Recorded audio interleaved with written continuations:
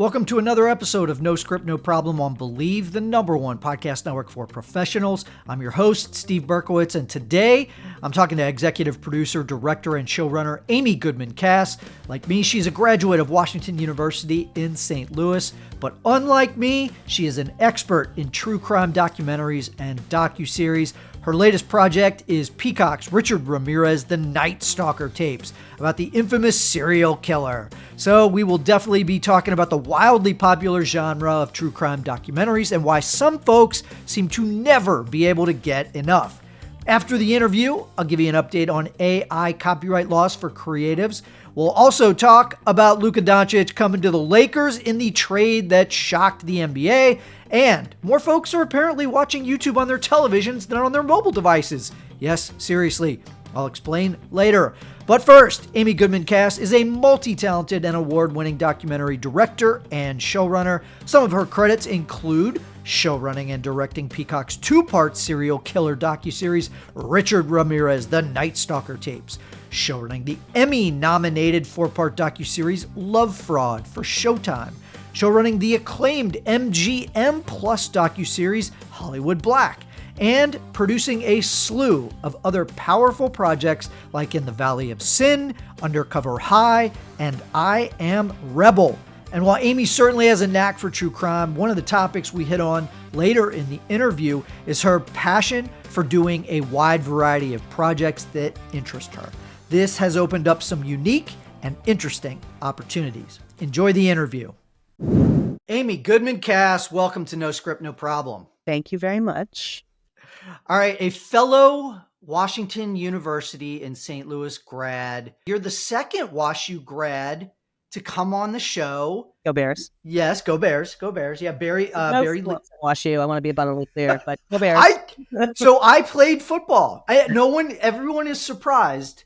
Everyone's very surprised. No, I'm not surprised given that it was at WashU. No offense to you or WashU, but football wasn't the strong suit there. Volleyball was very good. Volleyball and basketball. They were always good at volleyball and basketball. Yeah. Yep. Yeah. Okay, well, we'll get to WashU. I don't want to bore everyone at the top of the show with our WashU nostalgia, our looking back at our, the good old days when I could drink more than 2 glasses, of a particular alcoholic beverage. Yeah. So let's Amy, you've got a lot going on. I just watched your 2-part Richard Ramirez docuseries for Peacock. You've also got Hollywood Black on MGM Plus. You are a showrunner, a director. You did Love Fraud. You also develop. Talk to me a little bit about, I've told my audience about how I got into the industry through sports. Talk to me a little bit about your journey and how you got to documentaries, unscripted. How did you get here? Yeah, I love these stories because in this industry, in this line of work, everybody's story is so unique. And so mine is also unique. I was a dancer as a young person and an actor. And so I was sort of born and raised in theater. And then when I went to WashU, I had already started writing about film. So in high school, I had like a film column in my paper, and I was interested in film. I was interested in nonfiction writing and film. I used to joke, though, that there is writing became very big for me, but there's not enough Ritalin in the world for me to sit in a room by myself all day writing full time. I started making films, short films at WashU, and by the time I graduated, I was pretty sure I wanted to work in film or journalism. And so I started writing, and I ended up at the LA Independent Film Festival, which was doing a lot of really interesting work back in the day, and programmed a film called The Cruise, which was Bennett Miller's first film, and became sort of close with him through that process. Decided I wanted to leave LA, come back to New York, started writing, again, sort of more professionally about film, wrote about people I was interested in, and then started working for them. I did not go to film school. I worked my way up, which is what many people do in this business. And they do it in different ways. So I essentially started in festivals and writing, and then started as an AP and AP'd for a lot of really great people. great filmmakers and the Maisels and Liz Garbus and Rory Kennedy. I was at Radical Media, Jesse Moss, a really exciting time. And then, started doing episodic work. So I started sort of more in docs, and then started doing more episodic work and worked my way up that kind of ladder. Yeah, here I am. I guess that's one way of telling the story. Those are some great people to work with in terms of on your way up. Liz Garbus, who's now doing scripted, directing episodes of Yellow Jackets and Handmaid's Tale. Rory Kennedy has been on the podcast twice, and she is a tremendous filmmaker. Jesse Moss has been nominated multiple times. Was there a moment, could you talk a little bit about like that moment where you had an opportunity that really kind of allowed you to take that next step? I think everybody kind of has, whether it's a project or a moment where everything kind of clicks for you that, hey, I can do this. Tell me a little bit about that moment or maybe that project where you were like, okay, I'm going to take this next step and I can maybe be a producer. I can be a director. Yeah, I think there were a few of those. I always kind of talk about having gone to boot camp at Moxie Firecracker, which was the company that Liz and Rory founded. And, they were young and like pushing hard and doing really interesting work. And they were getting a lot of work. And they had a series of docs that they made for Lifetime, one-off docs. And I got to kind of flex on some of those docs, and I would be sent out into the field. And, I was like not even old enough to rent a car under my own name, but like I just really got to be sort of tested and figure out and trial and error. And they trusted me to do that. Which was really exciting. I'll never forget. There's one story of, I think the first shoot I ever went on at Moxie, I was with Rory. This was, I don't even know if I've ever told her, like, this is like a story is a formative story, but, I did sound a lot on those early projects. And I would be a lot of verite shooting with a DP, an incredible DP called Tony Hardman. And it would be like me doing sound and directing and him shooting. When I first went out on a shoot, this was not that kind of shoot. I went out with Rory. We were doing an interview, and I was going to do sound. I had never done sound. And she was sitting in the chair, and I had booked this interview. And so I was ready to go. I was sort of sitting down like next to her.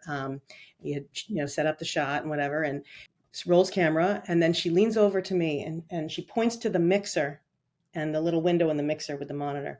And she goes, "Don't let it go in the red."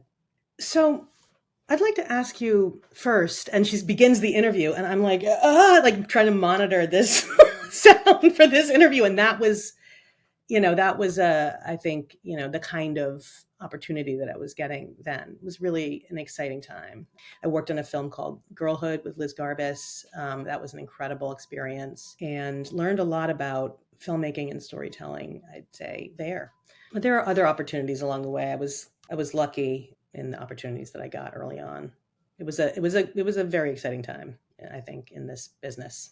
2000 to 2004. So that's when I got here to Los Angeles and I started cutting my teeth. You were having fun working with Liz Garbus and Rory Kennedy.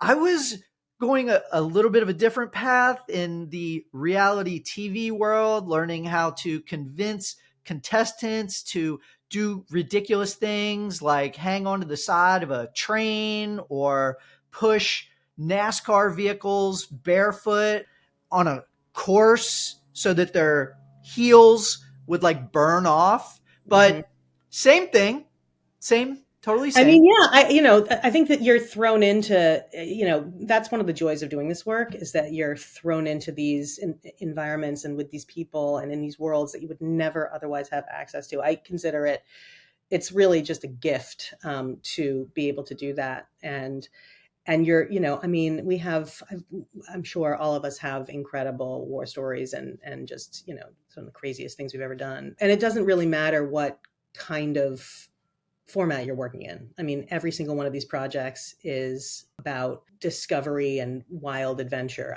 That's kind of how I see it. Even just a history doc, I think you can have incredible, bizarre moments, maybe not jumping off a train. So I want to hop to today, Richard Ramirez, which is this project for Peacock, which is based on these recordings that the serial killer did back in the 90s with an author who wrote a book on Richard and interviewed friends and family, right? And so this series for Peacock, this 2-part series, you directed it, you were the executive producer, showrunner. Tell me a little bit about the first thing you did as you're given, okay, I got a bunch of these great tapes that probably if you're a true crime fan, you're like, oh my God, this is one of the most, famous serial killers ever. And I get to listen to his crazy thoughts. But visually, you had to figure out, what am I going to do here? So talk to me a little bit about how you figured out, what am I going to do with these tapes to make this a 2-part docuseries? Yeah, that's a good question. I mean, I think I started by listening to everything. And I did that with another executive producer on the project, Elizabeth Fisher.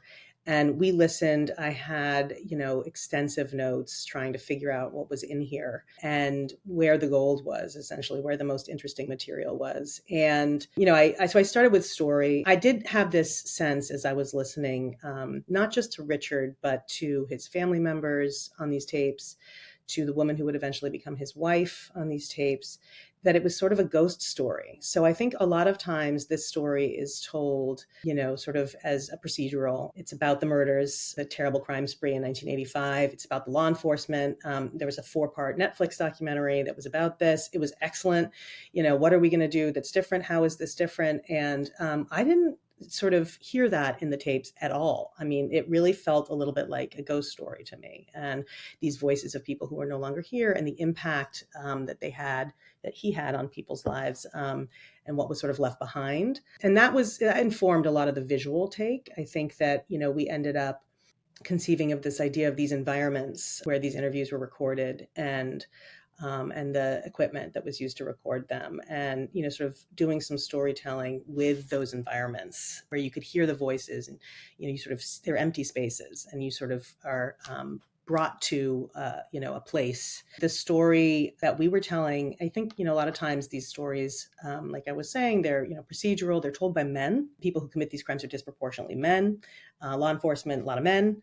And what I heard on these tapes was a lot of women. And I was interested in those stories. Doreen Leoy is a fascinating character. She, is this character who ultimately marries him, extremely well-spoken, educated, and also the editor of Tiger Beat magazine, who was well known for being instrumental in making John Stamos famous. Was the most mind-blowing part, is the section where you meet Doreen and you hear how she was this super supporter of John Stamos. You see the photo of her hugging a young John Stamos, sweet mullet, by the way, mullet. Looking great, looking young and fabulous and dark and handsome. And yeah. Mm-hmm. And then it was like in either the same or the next soundbite, her friend or her colleague, Doreen's colleague, says, and just like how she was supporting John, she was supporting Richard. And I kind of had to do like a rewind. Let me hear that one more time, because it just kind of blew my mind that this woman who was working at no one, unless you're like a Gen Xer, you don't remember Tiger Beat and what that was. Social media, how important those magazines were. Yeah. Incredibly important to us. Yeah. I mean, I think there were like two aspects of this that were interesting to me. One, this sort of weird Venn diagram that existed, I guess, in the 80s, where you have like pop idol mayhem with these magazines and that whole culture. And then you have like mass market crime fiction and serial killer obsession and that whole kind of industry. And there's this Venn diagram, and like Ramirez is in the middle of these things because he ended up just developed, after he was arrested, he had a huge legions of female fans. And, I think that's fascinating. I think, that's a part of the story also that hasn't really been explored. And I was interested in looking into that. what was it about him that attracted all these women, and then, Doreen in particular. And I also was really interested in what her colleague had to say about the sort of, why this might have happened, and the idea of the safe boyfriend. A lot of these magazines allowed girls, like young girls at the time, to look at these magazines and have these like safe boyfriends who were these famous stars who they could sort of project all of their young, romantic ideas onto. And I think that editors too had these relationships with these stars, and they became sort of safe boyfriends to these editors. And so psychologically speaking, yes, we've got a pretty significant difference between like a John Stamos or like a Ralph Macchio and a Richard Ramirez. But if you put those pictures next to each other, there is a lot in common. And then, you can, a lot of times with women who are interested in men in prison, there is this, hybristophilia or whatever you want to call it. There is this idea of they're safe, they're behind bars.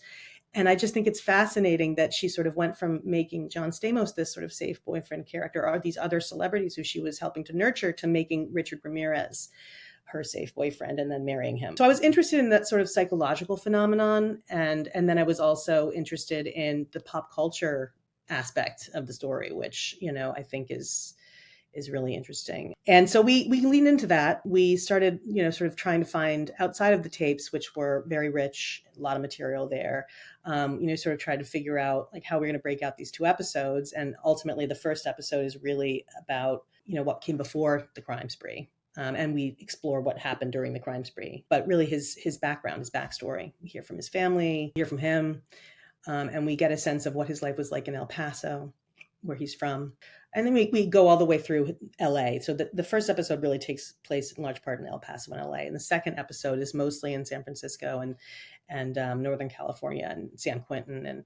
And this is what happens after his arrest. The story did not end. He had this kind of strange, dark, perverse celebrity that came out of the trial, and people he was sort of the Svengali figure for a lot of people. And even today, people are still obsessed with him. We see that with Maxine, the latest film in the trilogy that just came out this summer, that has a real focus on, dark, on Night Stalker lore. And I don't know if you know this, but Smooth Criminal, the Michael Jackson, that was written about Ramirez. So really?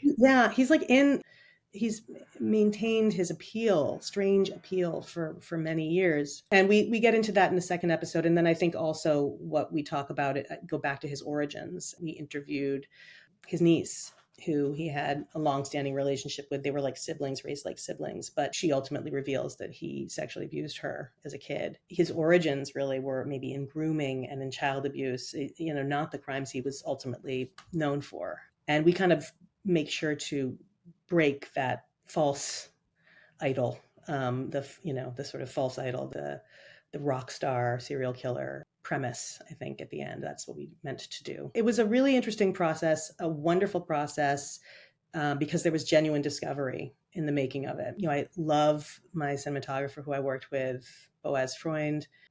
We got to really come up with some concepts to tell this story that were, I think, really exciting to us. It was ultimately a really great experience making it.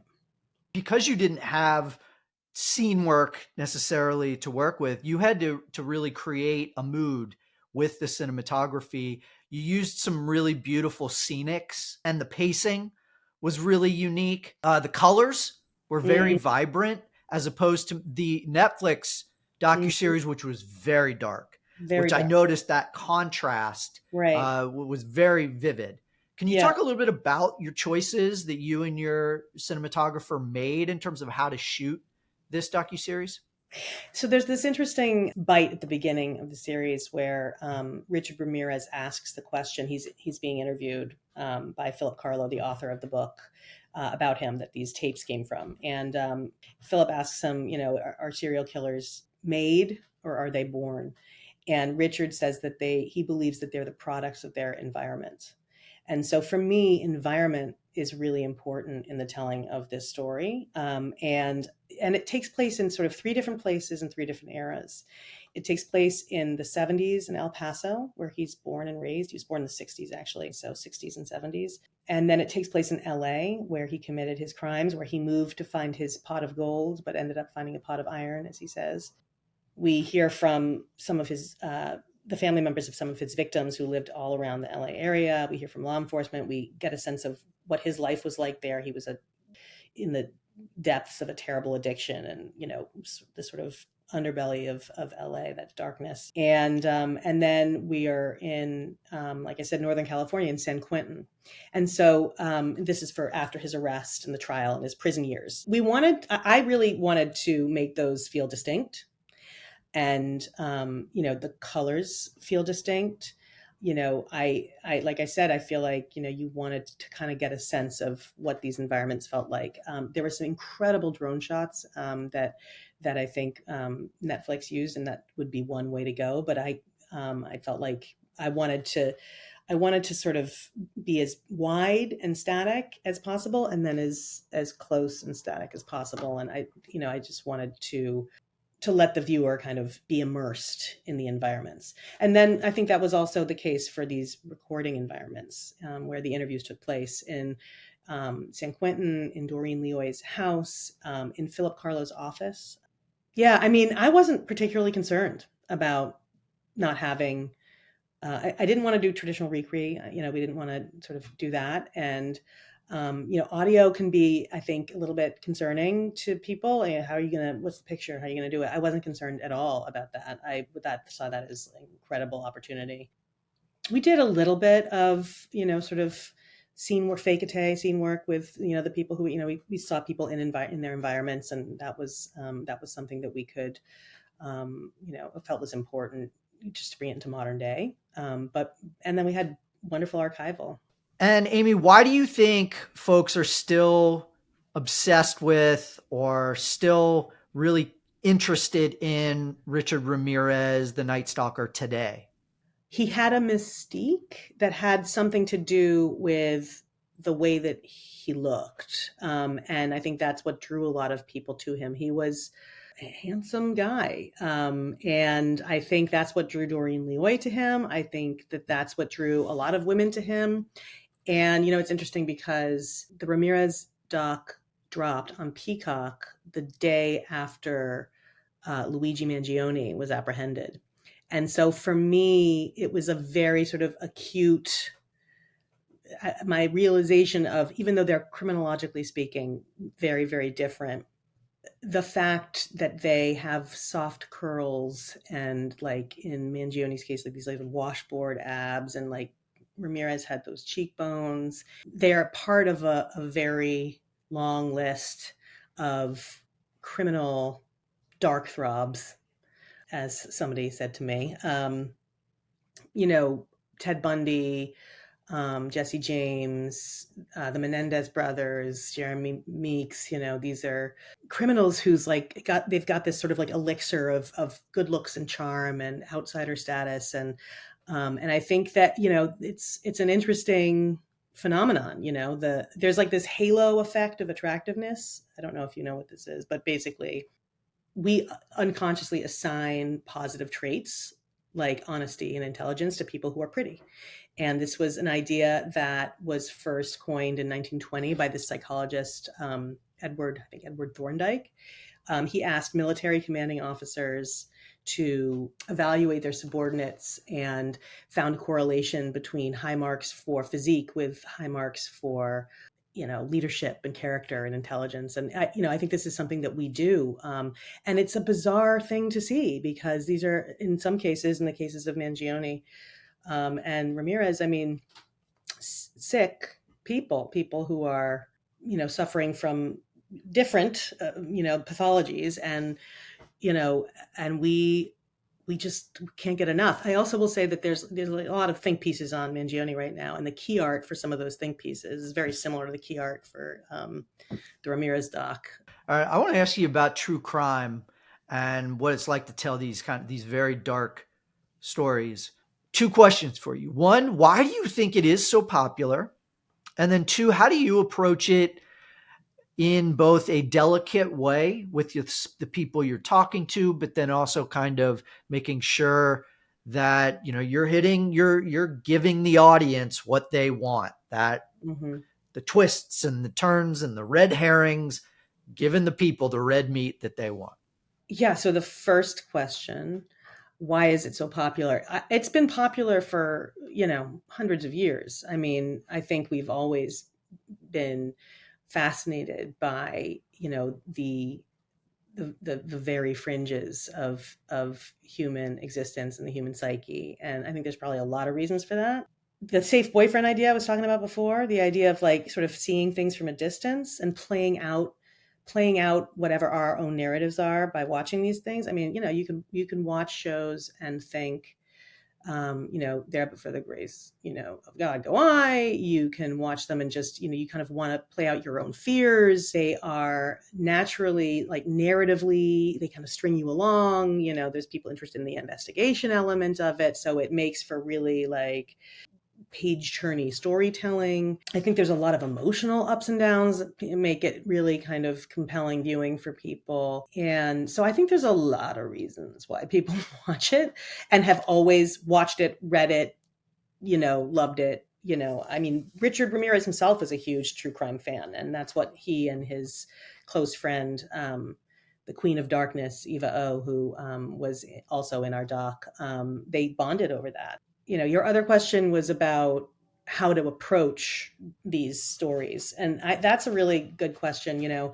I've done a lot of work in true crime. I think that my career has, maybe one of the hallmarks of it is the variety. I've not just done true crime. I've worked across a lot of different formats, a lot of different subject matter. But I'd say that, what's really important to me about all of these stories, and especially with true crime or any story that's featuring people who've undergone trauma or, marginalized populations, vulnerable populations.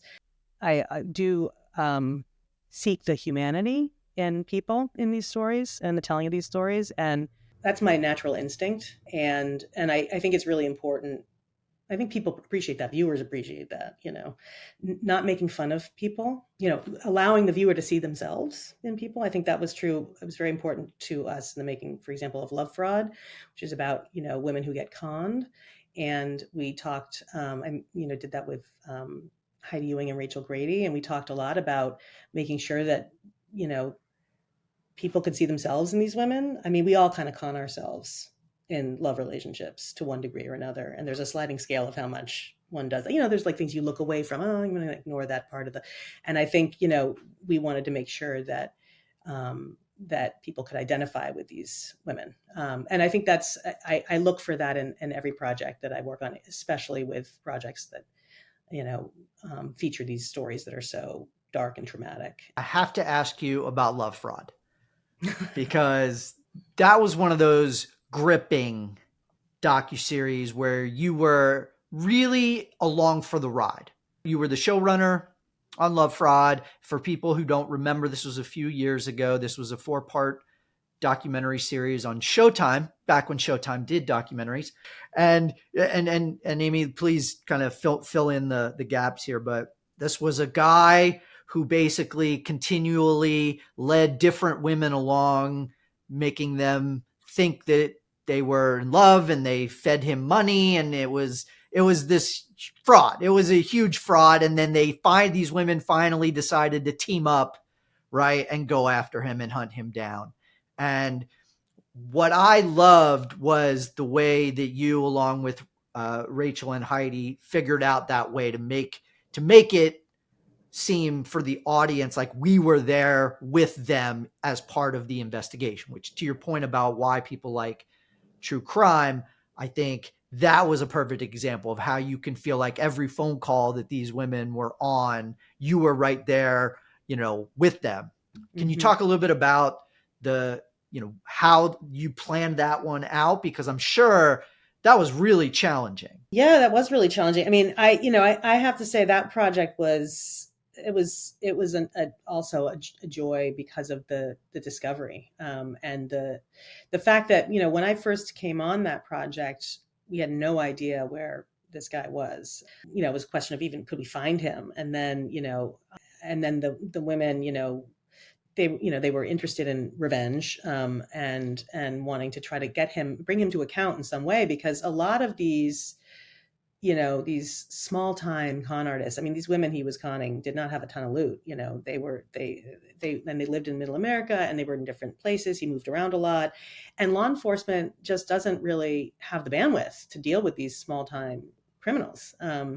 And ship them across state lines to be, go to court, or to go to, serve small sentences. And so, we were sort of working to try and see what, with these women, to try to see what could be done to bring him to justice. And we had this incredible woman, this bounty hunter, who has since died, a female bounty hunter who was helping them as well, who was really kind of motivated to help them because she just could not. She hated guys like this. We didn't know the end when we started making it.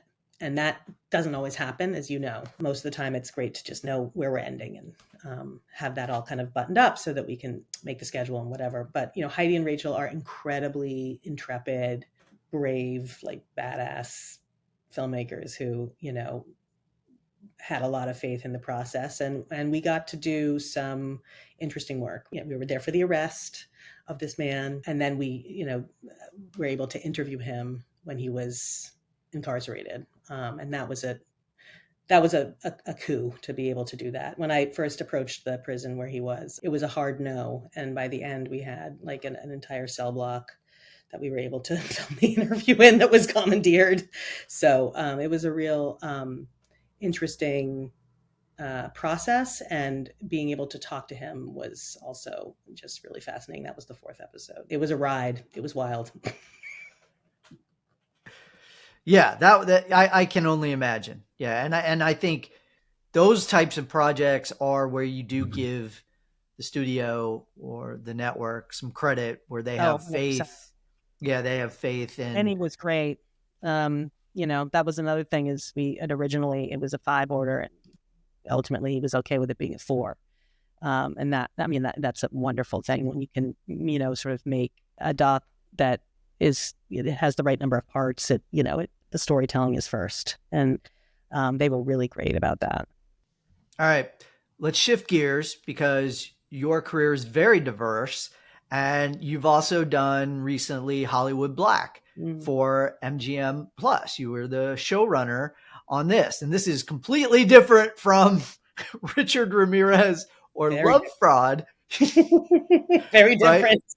Very different. All right, so this is a 4-part documentary series about Black cinema. What made you excited about taking this on? This project is the brainchild of Justin Simeon, who is an incredibly talented and intelligent filmmaker who he made Dear White People, the movie and the series, among other things. This was really something that he'd been trying to develop it for many years, and then hooked up with Radical Media. The series is based in part on a book by Donald Bogle, who is one of the foremost academics who writes on Black cinema. He's a national treasure. I love this man very much. He's amazing. Justin really wanted to make a series. He, I think, felt like a lot of the history of Black cinema was hidden from him, from the culture at large, and he was seeking his own history and wanting to bring that history to people, wanting to reveal that history to people, make sure that we recognize it. I saw this as soon as I saw the treatment for it. It was just, it's a real cultural, it's a contribution to the culture. It's significant. And I loved the sort of approach that was already kind of put forward. The idea of looking at the history of it, in part by having conversations with contemporary filmmakers, directors, writers, actors, artists who are Black filmmakers today, who are watching these films, sometimes discovering pieces of history they didn't know, and sort of talking about it. It just brings that history into the present. I thought that was incredibly smart and moving, and I was thrilled to be a part of that process of making bringing that project to life. And it was a joy and an honor. And it was just nominated for an Independent Spirit Award, which is very exciting. So, and I think given that, one could argue that the origins of independent cinema were Black filmmakers working at the turn of the century, I think it's apt. I actually have a clip from Okay. Hollywood Black. Okay. So let's see if this works. That's wild, bro. I never seen Isn't this. that wild? I never seen this. Are you kidding me? Can you imagine doing that today? What is a black film to you? Black movie is, well, I know one when I see one. This movie was lost. I think about how much was lost through hatred, through ignorance. And here you get the truth of it. I'm fascinated by the way you're able to bounce from Love Fraud, where you are following a story in real time. Mm-hmm. Richard Ramirez, you're dealing with audio tapes and trying to make something out of it. Hollywood Black here, it's really going through clips, right? You are trying to tell 100-year story, and it's more than a clip show, but it's kind of a clip series mixed with these rich historians and celebrities, actors, people telling you great stories, but you're still mixing in black and white, all kinds of footage. Tell me a little bit about the different styles of stories that you are telling, how you think about the different genres that you work with. Yeah, I mean, I think that I've been pretty lucky and have also sort of aimed to do this. I've been lucky that my career has, I think one of the hallmarks has been variety, different subject matter, different formats, different styles of filmmaking.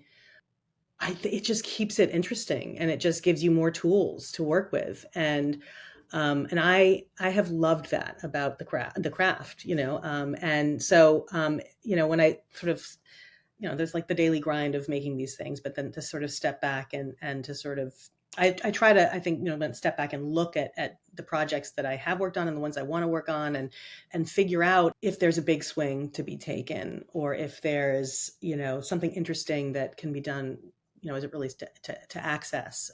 What will the next project, do to sort of keep that excitement about the craft alive? Yeah, I mean, I've tried to put that front of mind when thinking about what to work on. It's one of the most fun parts about doing this, that and entering these worlds that I would otherwise never be able to be a part of. And, I think looking for meaning in any of these projects, regardless of the subject matter or the format, looking for ways to imbue the human experience with some kind of meaning. That's what would connect them, I would say. I would be remiss if I did not bring up our alma mater, WashU. Represent. Yes. All right. So I didn't really catch the media bug until my junior year. I mean, I knew I always wanted to go into some form of journalism or some form of visual medium. I always knew, even back when I was a kid. But I didn't go to film school or anything like that. And it wasn't until I did an internship at KSDK in St. Louis that it was like an eye opener. Oh my God, cameras and storytelling, and wow, this is what you can do. Mm-hmm. While you're at WashU, not a big school for journalism or media or film. Was there any moment while you're at WashU, or any project or anything that kind of inspired you to go down the path that has led you where you're at today? It's interesting. I would say that my decision to go to WashU in and of itself was important, because it was between WashU or Northwestern. I was in the School of Speech. I got into the School of Speech there, and it was from a lot of the acting work that I'd done. And I knew before I went to school that I didn't want to be an actor, but I loved to perform, and I loved to be in theater, and I was interested in film and writing about film. And I didn't want to go to a school where the conservatory portion was detached from the liberal arts. I wanted a school where theater, film was incorporated into liberal arts, so I could get a liberal arts education. If I went to Northwestern School of Speech, I couldn't have gotten the liberal arts education that I really would have wanted to get. But if I hadn't been at School of Speech, I wouldn't be able to do any of the shows. I wouldn't be able to participate. So I would say that first and foremost, what I really loved about WashU is that those arts, those kind of fields of study were incorporated into liberal arts. So I got to do a lot of stuff at WashU. I was performing in the shows there. I was taking classes in film. I was writing reviews about film. I took classes, what classes there were, which were not very many at the time, about film. I mean, this was like in the 90s. And it was becoming clear that film was, they needed to do something and have like a real sort of strong film program. But, there was a little bit of resistance, a question of how it would be incorporated into the theater department. I made a film at WashU about Meshuggah, which, do you know what Meshuggah is? Please enlighten everyone. What is Meshuggah? It was like the coffee shop in University City, which is the like little town, very cool little town. Yeah. Like that WashU is essentially adjacent to it's changed a lot. Oh, I know. Yeah. I know. I've been, not that recently, but I've been recently enough. And I know it's changed. But Meshuggah was like a coffee shop that drew like a bunch of characters, and the people working there were characters. I was just driven to sort of document it. And so my closest friend at school, who's in the photography school, we worked on this together, and we shot this documentary. I remember the opening sequence is set to St. Louis Toulouse, which is a Steely Dan song. And it's this, like, the two people who work there are these really kind of funky people, and they like drive up in this like big Oldsmobile, this giant car, and right in the front of Meshuggah. It was a great experience making that film. And we had a screening at Meshuggah, and it was just like packed and, really fun experience. And so, I don't know that was really like the formative moment, but WashU made way for those kinds of experiences. There was another film that I worked on while I was there that was, similarly important. And then I'll also just shout out Gerald Eisenberg, who was my favorite professor at WashU. He taught European intellectual history, and he was gifted, a gifted speaker. And he was also, he studied psychoanalysis as well. He wasn't a, PhD in it, but he was interested in psychoanalysis. And he had a film class, a class that was a film class, film and psychoanalysis. I took that with him. He liked my writing. He was interested in what I was thinking about, and he was so amazing himself. And I was like trying to figure out what I was going to do. And I remember meeting with him once. I was like, maybe I'll, work in academia. And he was like, no, you're not going to work in academia. Go out in the world and go out and take this show you got on the road, get out of here. That was important. Do you remember The Rat? Oh, the Ratskeller? Yes. Yes. Yes, of course. Okay. For the audience, when I try and explain to people now what that was like it people don't even believe me that there was a place on campus, not off campus, but on campus. Mm-hmm. That would serve you 40-ounce beers, and it reeked. The floors were sticky. It was gross, but not like people listening are probably thinking like a 40-ouncer. No. It was a 40-ounce beer in a cup, like in a big mug, mm-hmm. and they would serve it to college students on a Thursday night. And it was. We would pack into that place. Yep. You'd have to get there early if you wanted, a spot. And wow, there was great music there. I remember like some really, really great nights of listening to music and dancing, and The Rat was. Special times. I don't know, Amy, if I would use the word special. I don't. Then again, I don't remember a ton of it. I do, but yes. Yeah, I remember. I have vivid memories of dancing with like particular friends and listening to music, and that's for me. That was like a lot of what it was. And, Thursday nights sort of kicked off the weekend, and, it was great. WashU was a great place to be. And there were a lot of I mean, culturally it was really interesting. It's super diverse in terms of the people there and what they were studying and who we were friends with. And there was a lot of integration, where a lot of schools, there's sort of separation between different schools and what people are studying. I really love that about WashU, and I feel that way about New York City. I feel that way, that's why I ended up here instead of LA. New York is the center of a lot of different industries, and LA in some ways, is a company town. I always loved that diversity, A company town? Just saying. What are you talking about, Amy? I landed in LA, and I am not joking. My cab driver had a script that he wanted to talk to me about from the airport. Yes. And I was like, really? This is a thing? It was ready to go. Cool. That's it. He had copies. It was ready to go. I mean, Final traits too. I'm not throwing too much shade. I appreciated that, it's like publishing and, media and finance and, government, all this stuff that was here that I was craving. I get it. Amy Goodman Kass, thank you so much for coming on No Script, No Problem. It's been a pleasure. Thank you for having me. All right, it's time for your reality check. We'll try and speed through this. Here we go.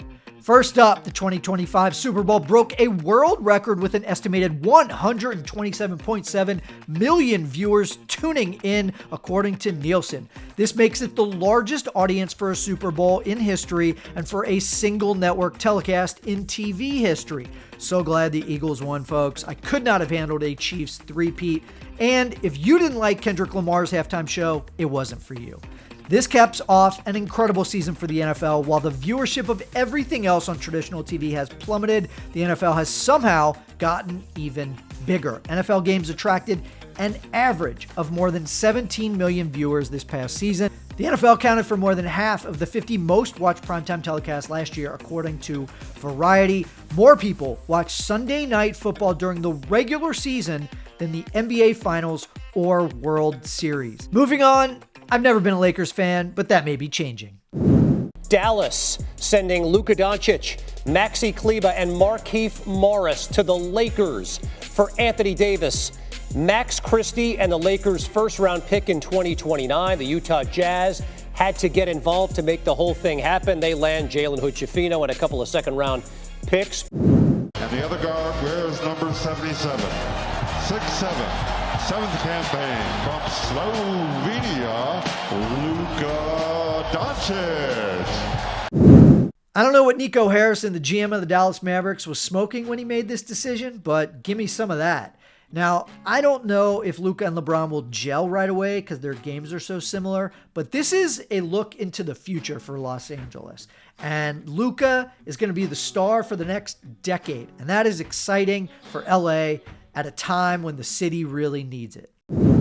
We're in recovery mode here in Los Angeles after the fires. It is pouring rain right now as I record this, so everybody's afraid of mudslides. More than 100 homes are under mandatory evacuation orders in the city. The fun never ends here. Right now, it's up to the Environmental Protection Agency to remove the toxicity in these neighborhoods.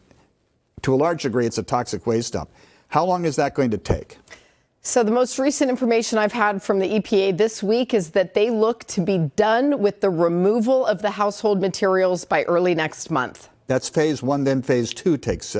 What happens there? Phase two is the lot clearance process, the large fire debris removal. Think dump trucks, bulldozers, heavy equipment, scraping these lots down to the earth and preparing them for the rebuild.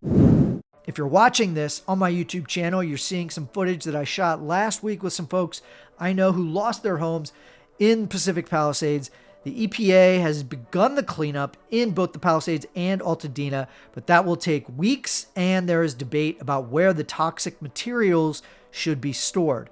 Estimates of the total economic loss from the wildfires have ballooned to more than $250 billion, making it one of the costliest disasters in American history. The wildfires, which burned an estimated 16,000 homes, businesses, and other structures, will kick off a massive construction boom around Los Angeles, but how quickly that can begin is a huge question mark, and still the question remains about housing both the prices and where people are going to live in the meantime while all these homes are being built. Some good news, the fire aid concerts raised over $100 million in relief funds. Moving on. All right, I've been talking about AI and how it affects the entertainment industry a lot in the past few episodes. Well, in the first AI copyright case ruling, a court concluded that training an AI system using copyrighted material is not fair use. That's right, not fair use. This will likely be cited by creatives fighting other tech giants in the future. Next, for the first time in the history of the broadcast, the Oscars will be streamed live outside of the pay TV ecosystem on Disney's Hulu alongside its broadcast home on ABC. This is yet another signal that linear television is on its last legs. And if you needed more evidence, YouTube announced this week, for the first time ever, more people are viewing its content on TVs than on mobile devices.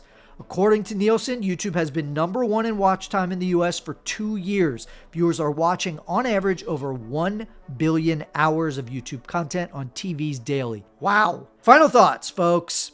I do want to acknowledge that I recognize the country is experiencing a takeover at the highest levels with blatant corruption now in plain sight. I'm not ignoring what's happening, and I'm not unaffected. This attack on American democracy is exactly what I was afraid of. And to be honest, I expected it. It's disappointing that Democrats weren't prepared for this and aren't fighting smarter and with more tenacity to stop Trump, Musk, and their sycophants. All right, that's going to do it for another episode of No Script, No Problem. Please remember to take a look at the show notes. If you have the ability to donate to any of the GoFundMes in the show notes and help these folks affected by the fires, please do. If you enjoy the show, please subscribe, download, and rate it with 5 stars. It's available on Apple Podcasts, Spotify, YouTube, Amazon Podcasts, Stitcher, and TuneIn. You can also find it at Believe.com and at Believe Podcast. Follow me on Blue Sky, Instagram, LinkedIn, Mastodon, Snapchat, Threads, or Facebook. You can also send any questions you have to No Script, No Problem Podcast at gmail.com. If you're interested in advertising on this show, please contact Believe at Believe.com. Thanks for listening. Until next time, I'm Steve Berkowitz for No Script, No Problem.